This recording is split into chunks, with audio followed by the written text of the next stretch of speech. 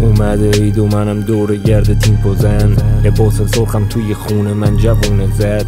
صورتم سیاه اما قلب من رو تیره تر. کف دستم کینه بود انگاری بودم پیر مرد. میزنم ساز خیابون میرقصه بام. از اینجاش جهان بیکران تو دست من رامه. وقتی رپ مینویسم انگاری خدا دیگه خوابه. الان کف اقیانوسم و هر کلمه حبابه. میخندن بهم بعدم رد میشن و میرن. با مردم هیچ، من با خودم هم درگیرم.